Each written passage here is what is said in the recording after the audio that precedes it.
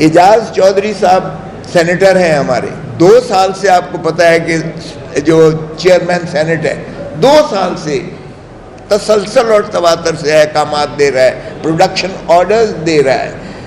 ہم نے بھی حکومتیں دیکھی ہیں، 10 سال میں بھی اس پارلیمنٹ کا اور حکومت کا حصہ رہا ہوں، کبھی ایسا نہیں ہوا تھا کہ اسپیکر یا چیئرمین سینٹ جو ہے ڈائریکشن دے، پروڈکشن آرڈر دے اور اسے پیش نہ کیا جائے۔ لیکن یہاں 2 سال سے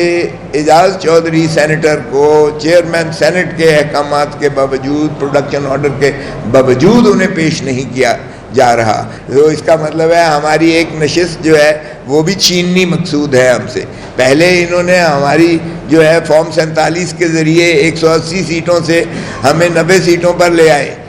وہ فارم 47 کی ماشاءاللہ، میرے تو ساتھ والا حلقہ ہے شہباز شریف صاحب کا، بیٹھے ہیں بھاٹ صاحب یہاں، ان کو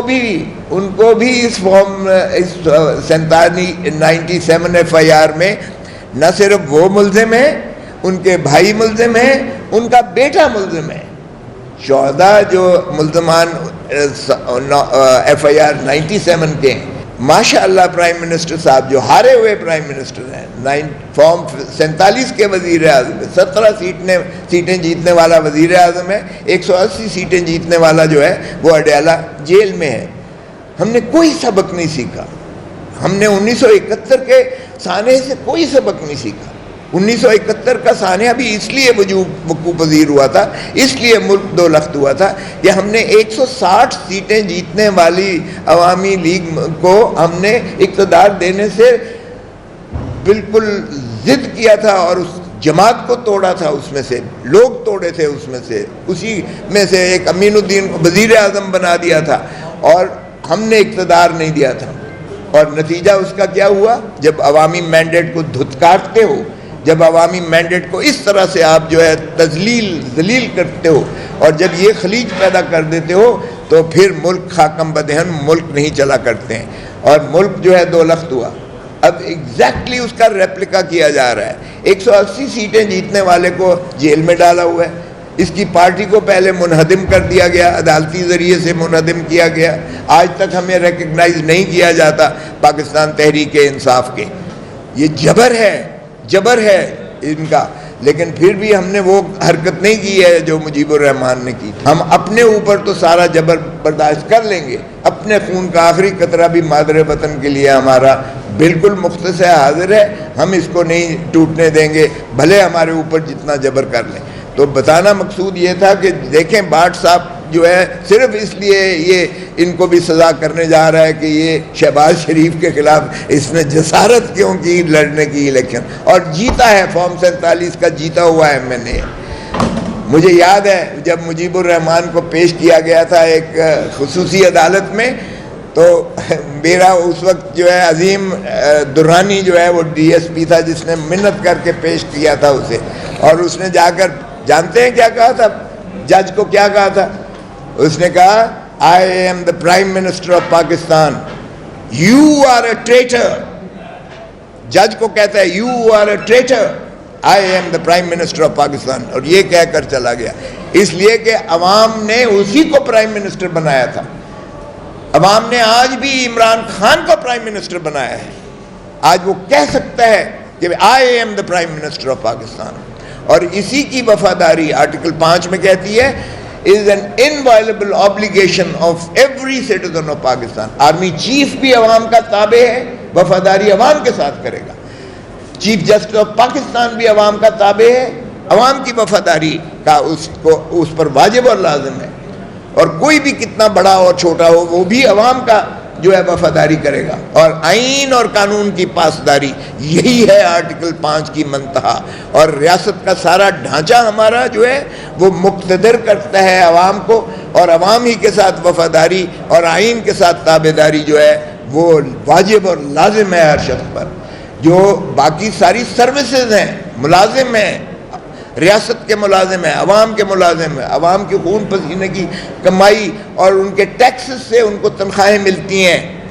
اس لیے عوام نے باقی جو سروسز بنائی ہیں وہ اس لیے بنائی ہیں کہ ریاست کی خدمت کی جائے۔ اگر فوج ہے تو وہ فوج جو ہے وہ واجب اس پر لازم ہے کہ وہ سرحدوں کی حفاظت کرے، and in case of emergency civil dictator کے تابع جو ہے وہ کام کرے. اس کو کوئی اختیار نہیں ہے کہ وہ جو ہے عوام کے اوپر ڈنڈے برسائے یا گولیاں مارے اور اس کو جو ہے تابع کر کے حکومتیں بنائے اور حکومتیں توڑے, یا پارٹیاں بنائے اور پارٹیاں توڑے, یا -1 کا فارمولہ کرے یا -2 کا فارمولہ کرے. یہ میں سمجھتا ہوں سیاسی جماعتیں غداری کر رہی ہیں جو اس قسم کے نظام کو تسلیم کر کے عوام کے ساتھ جو غداری کر رہی ہیں, عوام کے ساتھ جنہوں نے ڈاکہ مار کر غاصب ہیں اس ریاست کے اوپر. یہ ان کو سوچنا چاہیے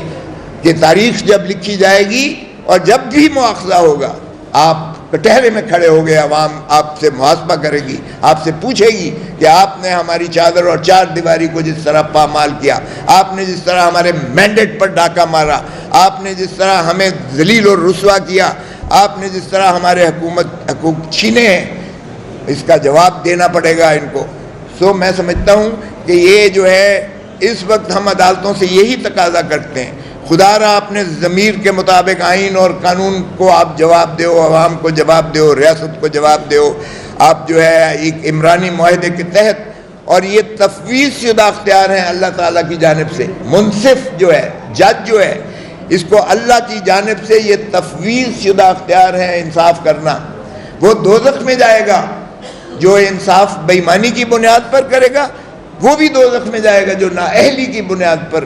جو ہے فیصلہ کرے گا. صرف اللہ کو جواب دینا ہے تو پھر آپ نے دیکھ لیا کہ اللہ کی لاٹھی بے آواز نہیں, اللہ کی لاٹھی جو ہے وہ بالکل جواب دہ آپ کو ہونا پڑے گا. ہم نے دیکھا ہے مولوی مشتاق نے جو ظلم کیا تھا, بھٹو کو پھانسی دی تھی, مولوی مشتاق کی اسی دنیا میں اس کی لاش کو جو ہے مکھیوں نے کھایا تھا اور بھگدڑ میں لوگ مچے تھے. اس جہان میں بھی اللہ نے کہا تو یہ تیرے لیے دوزخ ہے, اس جہان میں بھی تیرا منہ سیاہ کالا ہو کر جو ہے ہو گیا تھا. اور ضیاء الحق جس نے پھانسی دی تھی بھٹو کو, اس کا بھی اللہ نے وہ حشر کیا تھا کہ ہوا میں بکھر کر اس کی ہڈی پسلی کوئی نظر نہیں آ رہی ہے, اس کی کوئی قبر اور وجود نہیں ہے اس کا. سو میں سمجھتا ہوں کہ اللہ کے جو ہے رسی کو مضبوطی سے تھامے جج جو ہے اور انصاف کرے. انصاف کرے گا تو وہ اللہ کے آگے بھی سرخرو ہوگا, پاکستان کے عوام کے آگے بھی سرخرو ہوگا, آئین کے آگے بھی سرخرو ہوگا, اپنی جو ہے وہ ضمیر کے آگے بھی سرخرو ہوگا. شاہ محمود قریشی 7 سے لے کر 9 تاریخ مئی تک وہ آغا خان ہسپتال کراچی میں تھا, اس کی بیوی بیمار تھی. یار بیوی بیمار تھی, ساری دنیا نے دیکھا, آپ کے میڈیا نے سارا کور کیا اس کو, وہ وہاں تھا. اور یہ کہتے ہیں کہ جی 9 مئی کے کیس میں یہ FIR نمبر 97 میں